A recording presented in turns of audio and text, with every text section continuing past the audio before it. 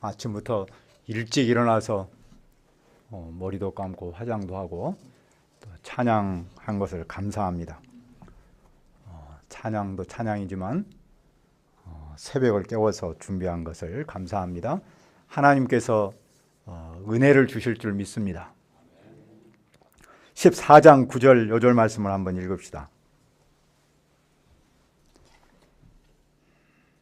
시작.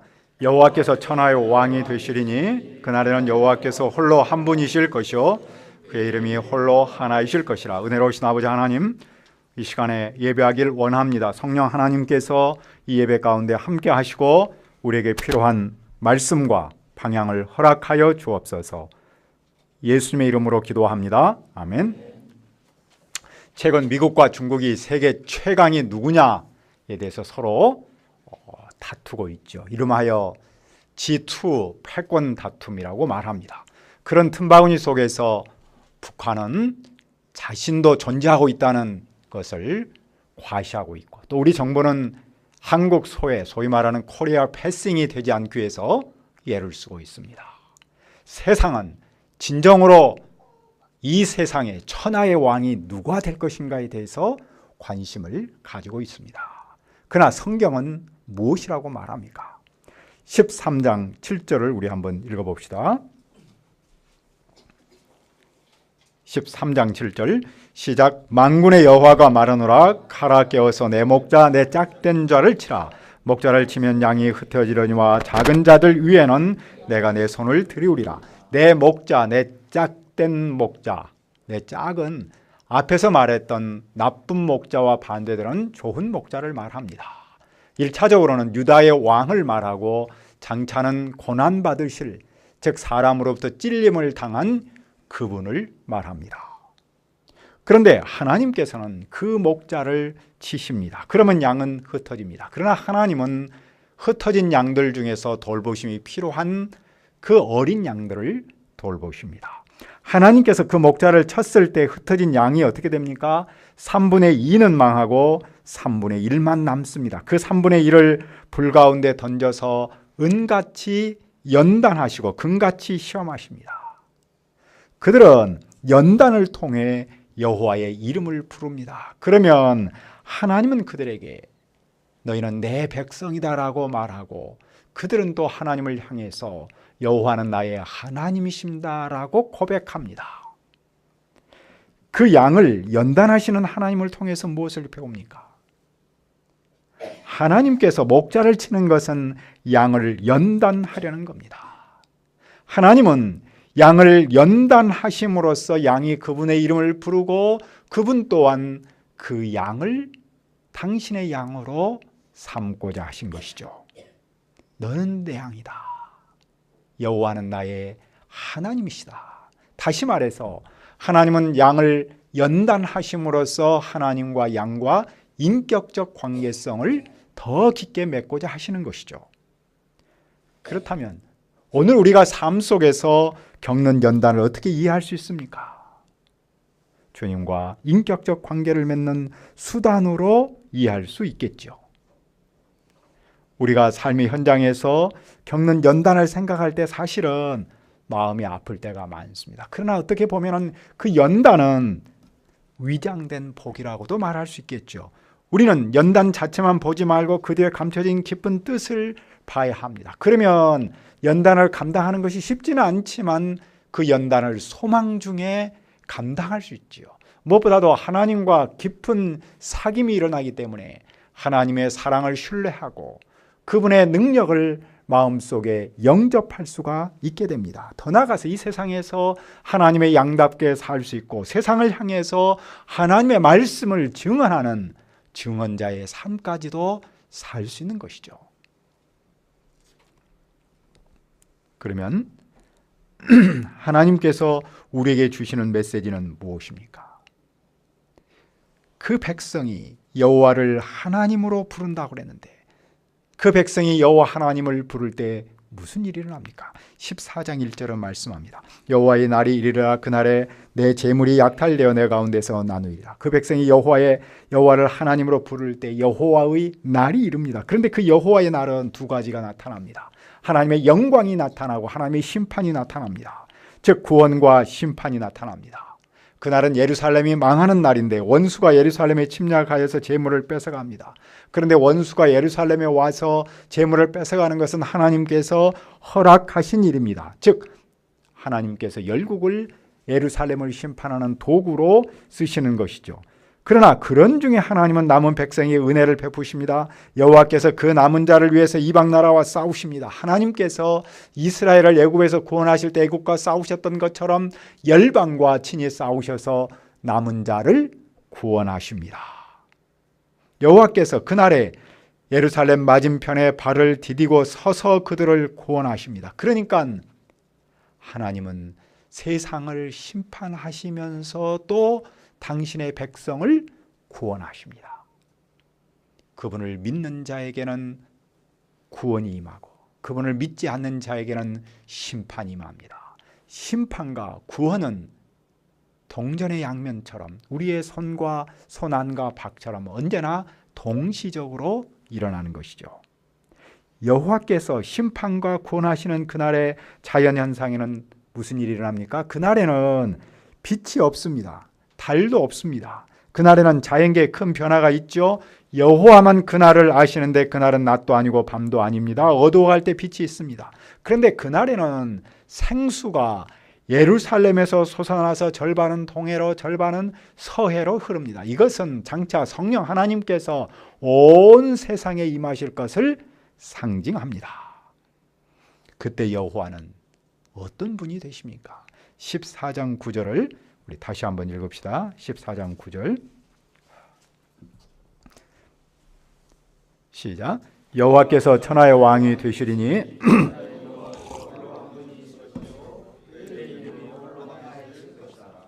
그날 여호와는 천하 온 세상의 왕이 되십니다. 그날 여호와는 한 분 즉 유일한 특별한 분이 되십니다. 그분의 이름만이 오직 하나뿐입니다. 그때는 우상이 없습니다. 우상의 이름도 없습니다. 오직 여호와만이 유일하신 하나님으로 섬김받습니다. 여호와만이 세상을 다스리시는 유일한 왕이십니다. 그러면 이 말씀이 당시 그 백성에게 주는 의미는 무엇입니까? 우리가 계속해서 생각하고 있듯이 당시 이 메시지를 받는 청중은 어떤 상황이 있었습니까? 그들은 제2성전을 증축하고 뭔가 새로운 역사가 일어나기를 기대하고 있습니다. 그들은 현실에서 영광과 능력이 나타날 것을 기대하고 있습니다. 그러나 현실에서 그런 일들은 일어나지 않았습니다. 오히려 그들의 현실은 정치적으로는 강대국 왕과 종교적으로는 강대국 신이 잘난 것처럼 보였습니다. 반면 그들은 초라하고 연약하고 내세울 만한 것이 없었습니다. 그들은 무엇보다도 하나님의 능력과 사랑을 의심했습니다. 왜냐하면 자기들이 믿는 여호와 하나님이 강대국의 신보다도 나아 보이는 것이 없었기 때문입니다. 그러나 여호와께서는 선지자를 통해서 현재보다도 미래를 보여주십니다. 지금은 비록 강대국이 섬기는 신이 크게 보일지라도 그날에는 여호와만이 존재한다는 겁니다. 지금은 비록 강대국이 온 세상을 통치하는 것처럼 보일지라도 그날에는 여호와께서 천하의 왕이 되신다는 사실을 보여주고 있습니다.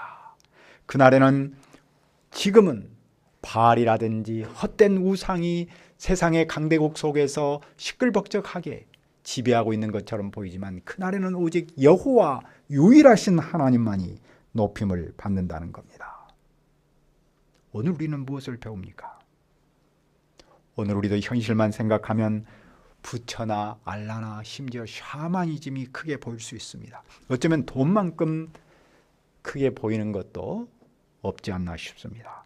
그래서 교회가 세상에 영향을 주기보다는 세상으로부터 영향을 받기가 쉽습니다. 그러나 스가랴 선지자를 통해서 오늘 우리에게도 성경은 여호와 하나님은 분명하게 말씀하십니다. 그날이 오면 우리에게 그분은 오직 한 분 하나님, 유일하신 하나님이십니다. 그분은 육신의 몸을 입고 세상에 오신 하나님, 즉 우리 주 예수 그리스도이십니다. 그리고 그분은 지금도 성령 하나님으로 우리와 함께 계시는 바로 그분이십니다. 그때가 되면 이 삼위의 하나님만이 온 세상에 존재하시고 유일하게 존재하시고 온 세상을 통치하시는 왕이 되시는 것입니다. 따라서 오늘 우리도 현재주의만 보지 말고 그날 온 세상을 통치하시는 그 왕이신 삼위 하나님을 볼 수 있기를 바랍니다.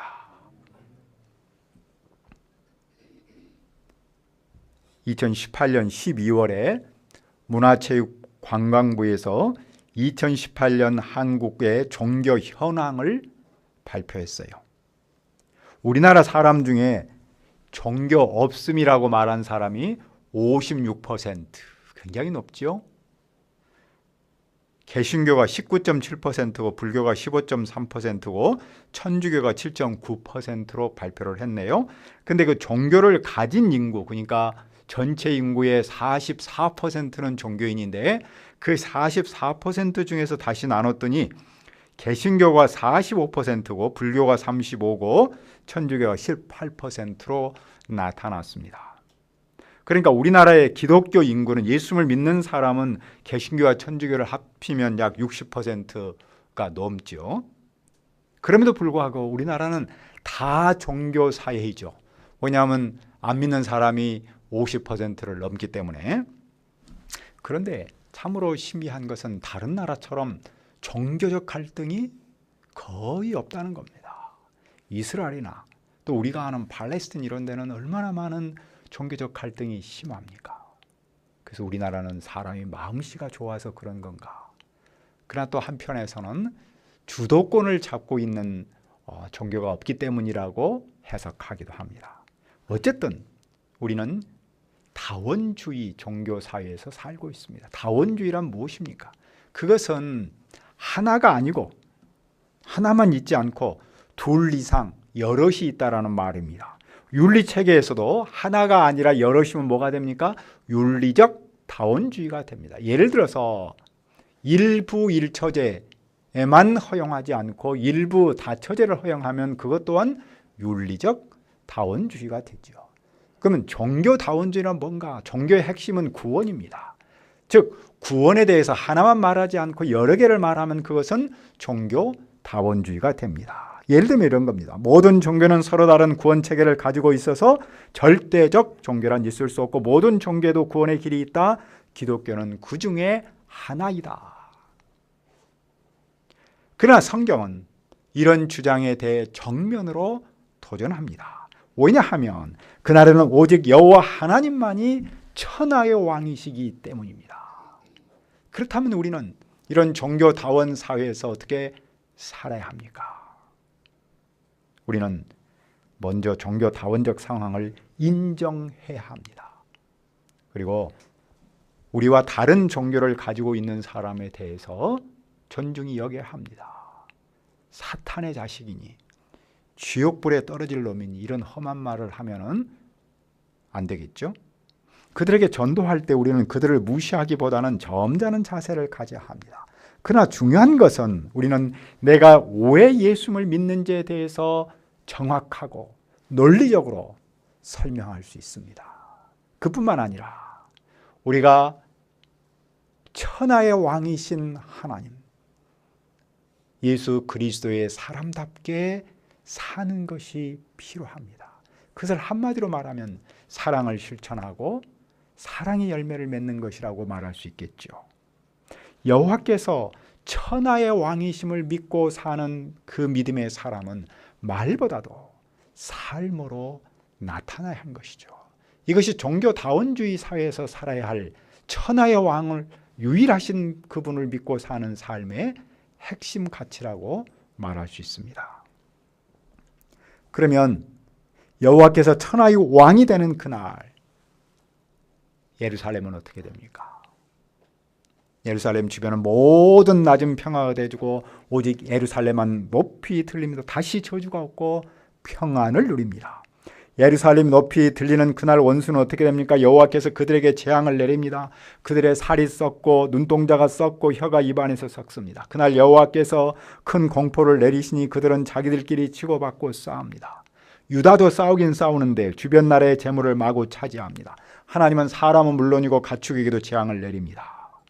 한마디로 천하의 왕이신 여호와를 믿지 않는 세상에는 놀랍고 무서운 심판이 임합니다.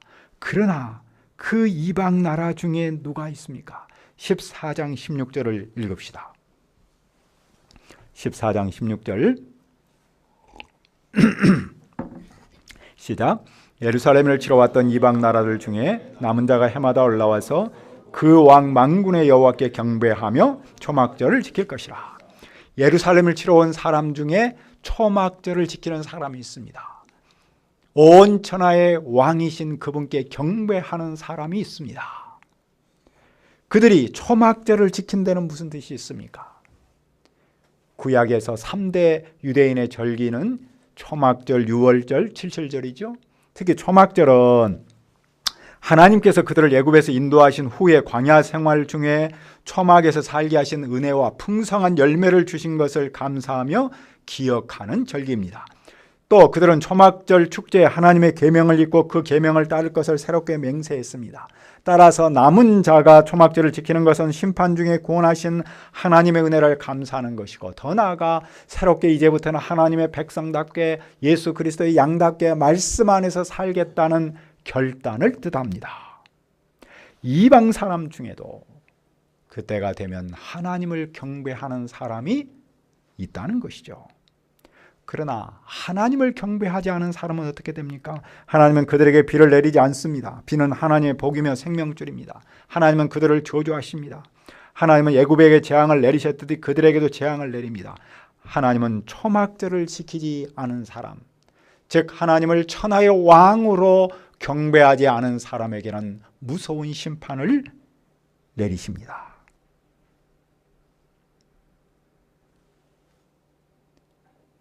그날에 어떤 일들이 또 일어납니까? 우리 20절도 한번 읽어봅시다. 시작. 그날에는 말 방울에까지 여호와께 성결이라 기록될 것이라. 여호와의 전에 있는 모든 솥이 제단 앞 주발과 다름이 없을 것이니. 말은 이방 나라가 전쟁할 때 사용했는데 하나님은 그것을 부정한 동물로 간주했습니다.